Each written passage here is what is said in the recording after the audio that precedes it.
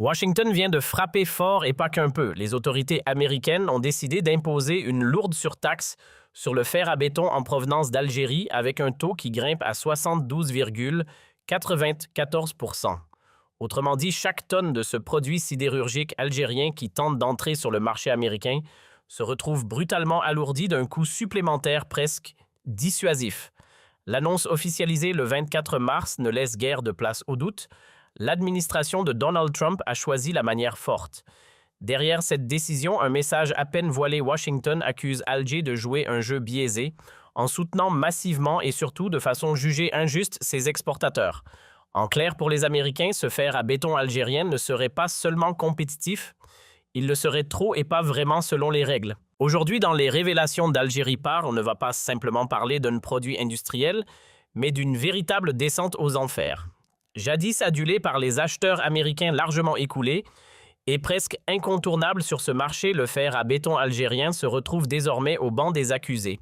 Surtaxé, pointé du doigt, presque traité comme un suspect dans une affaire de fraude, voilà le nouveau visage de ce symbole des exportations hors hydrocarbures. Et pendant ce temps, l'administration de Donald Trump ne fait pas dans la demi-mesure, elle s'attaque directement à ce pilier économique. Pourquoi ? Parce que du côté d'Alger, on n'a visiblement pas jugé utile de jouer la transparence. Refus de coopérer silence face aux demandes américaines, notamment sur ces fameuses fournitures de gaz à prix, cassées pour les sidérurgistes. Résultat, le département du commerce américain a tranché. Une taxe compensatoire ou countervailing duty, fixée à 72,94 % vient désormais alourdir les importations de ce produit. Mais l'histoire ne s'arrête pas là. Cette mesure ne vise pas un acteur isolé, elle concerne l'ensemble des producteurs algériens avec une attention toute particulière portée à Tosyali, Iron and Steel, Industrie Algérie, véritable poids lourd du secteur et principal fournisseur de ce type d'acier vers les États-Unis. Ce taux n'est pas tombé du ciel, il découle d'une première conclusion rendue après une enquête bouclée le 13 janvier 2026. À l'époque, rien n'était encore gravé dans le marbre. Mais quelques semaines plus tard, le 27 mars 2026, les autorités américaines ont remis une couche en confirmant et en actualisant leur position suite à une annonce faite le 24 mars. En clair, ce n'est plus une simple hypothèse, c'est une validation officielle. Et ce chiffre 72,94 % devient désormais la référence pour taxer les produits sidérurgiques algériens, en particulier ce fameux fer à béton. Et là, on ne parle plus de simples rumeurs ou de spéculations. Nos investigations s'appuient sur une série de documents officiels récupérés directement auprès des sources américaines, des pièces publiquement accessibles émanant des autorités elles-mêmes que nous allons vous afficher. Au cœur de ces preuves, une publication incontournable, le Federal Register, autrement dit le journal officiel du gouvernement américain, c'est là noir sur blanc qu'apparaît une décision définitive rendue publique le 27 mars 2026. Et que dit-elle que le département du commerce américain a bel et bien conclu à l'existence de subventions massives accordées par l'État algérien à ses producteurs d'acier. Autrement dit, ce n'est plus une accusation vague, c'est désormais une position officielle documentée et assumée. Mais concrètement, qu'est-ce que cela implique? Eh bien, chaque produit sidérurgique estampillé fabriqué en Algérie, notamment le fameux fer à béton, se retrouve automatiquement frappé par cette taxe vertigineuse de 72,94 % dès son entrée sur le marché américain. Oui, vous avez bien entendu, presque 73 % en plus du prix initial. Une surcharge colossale, et cette règle ne fait pas d'exception. Tous les producteurs sont concernés, en particulier Tosyali Iron and Steel Industry Algérie, le mastodonte du secteur. Pour rappel, ce groupe n'est pas un acteur mineur en 2024. Il occupait la 4e place parmi les fournisseurs de fer à béton aux États-Unis, tout en restant le principal exportateur algérien et un poids lourd de la production sidérurgique en Méditerranée. Autant dire que le choc est loin d'être anodin. Alors, comment en est-on arrivé à ce chiffre précis? Selon le département du commerce américain, le calcul repose sur une méthode assez redoutable, celle des faits disponibles accompagnée d'une interprétation défavorable. En clair, quand une partie refuse de jouer le jeu, l'administration tranche, mais pas vraiment en sa faveur. Et c'est exactement ce qui s'est passé ici. Les autorités algériennes, tout comme le groupe Tosyali Iron and Steel Industry Algérie, n'ont pas pleinement coopéré avec les enquêteurs américains dans cette affaire liée aux pratiques de dumping. Tout remonte à juin 2025. À ce moment-là, plusieurs géants de la sidérurgie américaine réunis au sein de la Rebar Trade Action Coalition avec des noms comme Nucor Commercial Metals Company ou encore Gerdo ont décidé de tirer la sonnette d'alarme. Leur accusation des aides jugées suspectes accordées par l'État algérien aux producteurs de fer à béton, une enquête anti-dumping est alors lancée avec un scénario qui pouvait tourner au pire une taxe potentielle de 127,32%. Finalement, le chiffre annoncé 72,94% pourrait presque passer pour une clémence relative. Mais attention, l'histoire est loin d'être terminée. Une étape décisive reste à franchir et elle pourrait tout changer. La US International Trade Commission doit encore rendre son verdict final, notamment sur l'existence d'un préjudice réel subi par l'industrie américaine. Cette décision est attendue pour le 3 avril 2026. Et si cette institution conclut à un dommage sérieux, ce qui semble déjà se dessiner, alors les conséquences pourraient être encore plus lourdes. Pourquoi? Parce que selon Washington, le fer algérien bénéficie d'un avantage injuste, un coût de production artificiellement bas, notamment grâce à un gaz vendu à prix cassé. Dans ce scénario, les États-Unis pourraient aller encore plus loin en imposant des droits compensatoires définitifs et bien plus élevés. On parle alors de taxes pouvant franchir la barre des 100%, voire revenir à cette menace initiale de 127,32%, autrement dit une véritable barrière quasi infranchissable pour ces exportations. Et tout cela, rappelons-le, trouve son origine dans un refus de collaboration des producteurs algériens avec les autorités américaines dans une enquête pourtant centrale sur des pratiques considérées comme déloyales. Avant d'aller plus loin, il faut comprendre de quoi on parle vraiment. Le dumping, ce n'est pas juste vendre moins cher, c'est un mécanisme bien plus calculé. Il s'agit de soutenir artificiellement un produit grâce à des aides ou des avantages afin de casser les prix et écraser la concurrence. Résultat: une compétition totalement déséquilibrée où certains jouent avec des règles que d'autres n'ont tout simplement pas. Et évidemment, dans ce genre de situation, l'équité disparaît. Car quand certains producteurs bénéficient de ressources à bas coût, notamment énergétiques, ils partent avec une longueur d'avance impossible à rattraper. Prenons un élément clé, le gaz. Dans l'industrie sidérurgique, ce n'est pas un détail. Il peut représenter entre 60 et 70% du coût total de fabrication. Pourquoi? Parce que sans gaz, pas de four, pas de production, pas d'acier. C'est littéralement le carburant des installations industrielles. Et quand ce gaz est vendu à prix réduit, tout change. D'ailleurs, sur Algéripart, ce sujet n'est pas nouveau. Nous l'avons déjà exploré en profondeur à travers 2 enquêtes majeures. Ce n'est donc pas une découverte récente, mais bien une affaire que nous suivons depuis un moment. La première enquête portait un titre sans détour: 3 milliards de dollars offerts chaque année pour Tosyali, le scandale caché sous Tebboune. La seconde allait dans le même sens en révélant comment l'administration de Donald Trump pointait du doigt des avantages jugés choquants accordés au groupe turc Tosyali Iron and Steel Industry Algérie. Car oui, c'est bien ce géant industriel qui se retrouve au centre des soupçons du département du commerce américain. Soupçons de pratiques déloyales de distorsion de concurrence, des éléments que nous avions déjà mis en lumière dans nos précédents contenus. Et ce n'est pas un hasard, ces 2 enquêtes, publiées le même jour, le 20 janvier 2026, dressaient déjà un tableau très clair de la situation.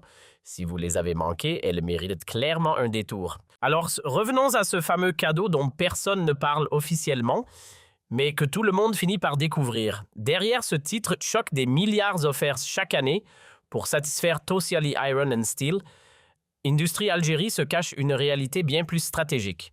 Depuis son installation en Algérie en 2013, ce géant turc de la sidérurgie profite d'un environnement particulièrement avantageux. Résultat, des exportations dopées des prix défiant toute concurrence sur le marché américain, où, rappelons-le, l'Algérie s'est hissée à la 4e place des fournisseurs de fer à béton en 2024. Et tout cela avec en bonus des entrées de devises importantes et une activité locale qui soutienne l'emploi. Mais ce tableau idéal a un revers. Le complexe sidérurgique d'Oran ne bénéficie pas seulement d'un coup de pouce, mais d'une série d'avantages que peu d'acteurs dans le monde pourraient espérer. Des facilités, des conditions préférentielles, des soutiens multiples. Et la question se pose, sans ces aides, ces produits seraient-ils vendus aussi bon marché, y compris sur le marché local? Rien n'est moins sûr. En réalité, ces subventions influencent directement les prix jusqu'au consommateur final. Et ce que certains soupçonnaient est désormais dans le viseur des autorités américaines. Une enquête menée par Washington a clairement pointé du doigt Tosiali Iron and Steel Industry Algérie pour des pratiques jugées trompeuses, notamment du dumping. Ces avantages accordés par l'État algérien ne seraient pas sans conséquences. Ils auraient engendré des pertes significatives aussi bien pour l'économie américaine que paradoxalement pour l'économie algérienne elle-même. Pourquoi ce paradoxe? Parce que le véritable coût de ces aides fiscales énergétiques parafiscales reste entouré d'un flou total. Aucun chiffre officiel détaillé, aucun débat public, aucune transparence réelle. Cependant, en recoupant plusieurs sources, rapports internationaux, analyses économiques récentes et données issues des enquêtes menées entre 2025 et 2026, une estimation commence à se dessiner et elle est loin d'être anodine, environ 3,2 milliards de dollars par an. Oui, chaque année. Une somme colossale qui regroupe l'ensemble des avantages accordés.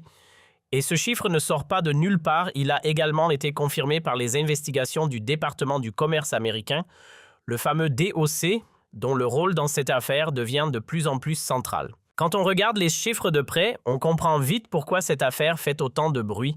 Selon plusieurs estimations, une part écrasante des coûts de production de Tosiali, Iron and Steel Industry Algérie, est en réalité prise en charge par l'État algérien lui-même. On parle ici d'un niveau de soutien qui dépasse les 2/3 des dépenses nécessaires à la fabrication. Autrement dit, une large majorité des coûts ne sort même pas des caisses de l'entreprise. Mais comment est-ce possible? Le mécanisme est simple et redoutablement efficace. Gaz vendu à prix dérisoire, accès facilité aux fonciers, allègements fiscaux sur les sociétés, réductions sur diverses taxes.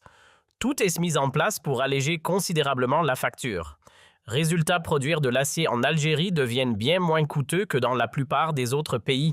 Et ce système a un prix colossal. Si l'on additionne les différentes formes d'aide, notamment celles liées à l'énergie comme le gaz et l'électricité, on arrive à une estimation globale qui dépasse les 3,2 milliards de dollars par an. Oui, chaque année. Rien que pour les tarifs préférentiels accordés à l'énergie, la facture oscille entre 2,9 et 3,7 milliards de dollars selon l'évolution des prix du gaz sur le marché international. Plus les prix montent, plus l'avantage accordé devient massif. Et inversement. Une chose est sûre, ces montants donnent une idée très concrète de l'ampleur du soutien dont bénéficie ce géant industriel. Si l'on pousse l'analyse un peu plus loin, les chiffres deviennent encore plus parlants. Pour produire entre 8 et 8,5 millions de tonnes d'acier par an, Tosiali Iron and Steel, Industrie Algérie fonctionne avec un coût estimé autour de 5 cents à 6 cents dollars la tonne. Mais attention, ce chiffre ne raconte pas toute l'histoire. Derrière cette performance apparente se cache un système d'avantages multiples accordés par les autorités algériennes. Et là, on ne parle même pas encore de l'énergie. En plus des tarifs préférentiels sur le gaz et de l'électricité, l'entreprise bénéficie d'un traitement fiscal et douanier particulièrement avantageux, droits réduits, exonération T, VA, allégé, bref, des conditions que la majorité des opérateurs économiques ne peuvent qu'envier. À elle seule, cette série d'allègements représente environ 50 millions de dollars d'économies. Un manque à gagner direct pour les finances publiques algériennes. Alors oui, ces mesures ont clairement permis de stimuler les exportations là-dessus, il n'y a pas de débat. Mais à quel prix? Une part non négligeable des ressources énergétiques du pays, entre 5 et 7 % est consacrée à ce seul acteur. Et là, forcément, la question se pose, était-ce la meilleure manière d'utiliser ces richesses? Ce qui est encore plus frappant, c'est que toute cette mécanique n'aurait peut-être jamais été exposée sans l'intervention extérieure. En fait, sont les investigations menées par les autorités américaines, notamment à travers le département du commerce, qui ont permis de lever le voile. Sans ces enquêtes, difficile d'imaginer que ces pratiques, ces privilèges et ces arrangements auraient été portés à la connaissance du public. En clair, c'est grâce à ces investigations venues de Washington que cette affaire a éclaté au grand jour. Alors, comment cette affaire a-t-elle pris une telle ampleur aux États-Unis? Tout commence avec une institution clé, le Department of Commerce United States, autrement dit le département du commerce américain. C'est lui qui a piloté toute l'enquête ayant conduit à l'imposition de cette fameuse taxe de 72,94 %. Une mesure qui n'est pas sortie de nulle part, elle vise directement à compenser ce que Washington considère comme des aides excessives accordées par l'État algérien, énergie à bas prix, électricité subventionnée, avantages fiscaux, le cocktail complet. Mais à l'origine, il y a une pression bien précise. Dès juin 2025, plusieurs poids lourds de l'industrie sidérurgique américaine comme Nucor ou Commercial Metals Company ont officiellement interpellé le gouvernement. Leur message était clair, ils dénonçaient une concurrence qu'ils jugeaient faussée, alimentée par des soutiens publics étrangers. Une alerte qui n'est pas restée lettre morte. Car derrière la machine politique s'est rapidement mise en marche. Donald Trump lui-même a été sollicité par ces acteurs industriels qui réclamaient une protection face à un acier importé vendu à des prix défiant toute logique économique.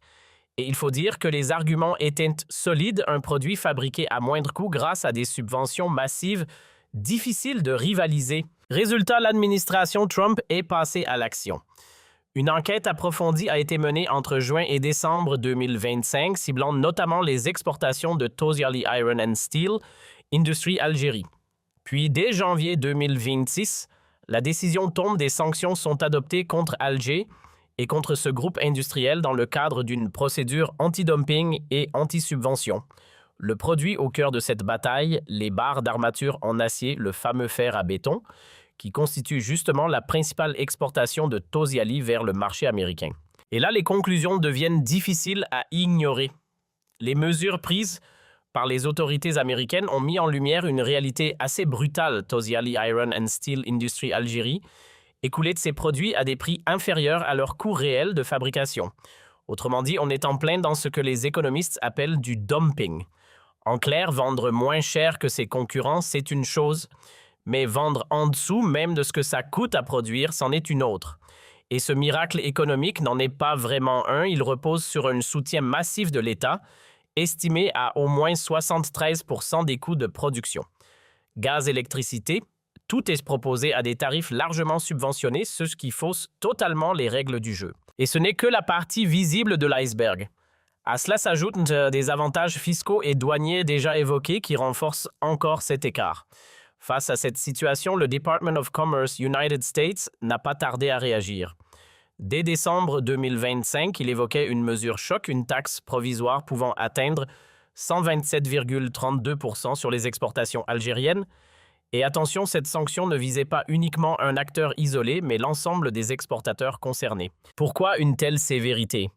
Parce que selon Washington, les entreprises algériennes, y compris Tosyali, n'ont pas joué la carte de la transparence. Sollicitations ignorées, questions restées sans réponse, refus de fournir des données précises sur les coûts réels et les aides perçues. Résultat, les autorités américaines ont dû se baser sur les informations disponibles avec une interprétation clairement défavorable. Conclusion, les produits algériens étaient vendus sur le marché américain à un prix inférieur à leur valeur normale, c'est-à-dire en dessous du coût de production même en intégrant une marge raisonnable. Et pour Washington, cela ne fait aucun doute, c'est du dumping. Dès janvier 2020, la décision est tombée, il fallait frapper fort. Les sanctions ont donc été mises en place pour corriger ce déséquilibre et envoyer un message clair aux exportateurs algériens. Il faut bien comprendre une chose, le dumping n'est pas un détail technique. C'est une pratique que les économies du monde entier surveillent de très près et combattent activement. Pourquoi ? Parce qu'elle fausse complètement la concurrence. Lorsqu'un acteur vend à des prix artificiellement bas, il met en difficulté ses rivaux, parfois même les plus puissants. Et les conséquences peuvent être lourdes pertes financières, déséquilibre du marché, voire fragilisation de secteurs entiers. La définition, au fond, est assez simple. On parle de dumping lorsqu'un produit est écoulé à l'étranger à un tarif inférieur à celui pratiqué sur son propre marché, ou pire encore, en dessous de son coût réel de production. Autrement dit, vendre à perte du moins en apparence. Et c'est précisément ce qui est reproché à Tosyali Iron and Steel Industry Algérie. Ces produits, notamment les barres d'armature en acier, ce qu'on appelle les rebars, étaient proposés à des prix nettement inférieurs à leur valeur réelle. Ces barres de fer essentielles dans la construction se retrouvaient donc sur le marché américain à des tarifs défiant toute logique économique. Un positionnement qui forcément attire l'attention et déclenche des réactions. Au premier regard, on pourrait croire à une stratégie suicidaire, vendre en dessous du coût de fabrication. Mais en réalité, ce n'est qu'une illusion, car derrière ces prix cassés, une grande partie des dépenses est absorbée par l'État algérien. Résultat, ce qui ressemble à une vente à perte devient en fait un modèle artificiellement rentable. Entre 72 et 73% des coûts sont pris en charge énergie, avantages fiscaux, exonération. Tout y passe. Et dans cette équation, le gaz joue un rôle central. Il peut représenter à lui seul jusqu'à 60%, voire 80% du processus industriel dans la sidérurgie. Du point de vue américain, la conclusion est sans appel. Il ne s'agit pas d'une simple stratégie commerciale, mais d'une véritable manipulation des règles du jeu. Appelons les choses par leur nom, pour Washington, c'est de la triche. Et dans le commerce international, ce type de pratique est perçu comme inacceptable car il détruit les bases même de la concurrence équitable. Mais le problème ne s'arrête pas aux États-Unis. Le risque désormais est que d'autres puissances emboîtent le pas. Et en ligne de mire, il y a notamment l'Union européenne qui pourrait à son tour prendre des mesures contre le fer algérien et ses producteurs. Si cela se confirme, l'impact pourrait être bien plus large. Face à cela, une question devient urgente pour Alger. Faut-il continuer sur cette voie?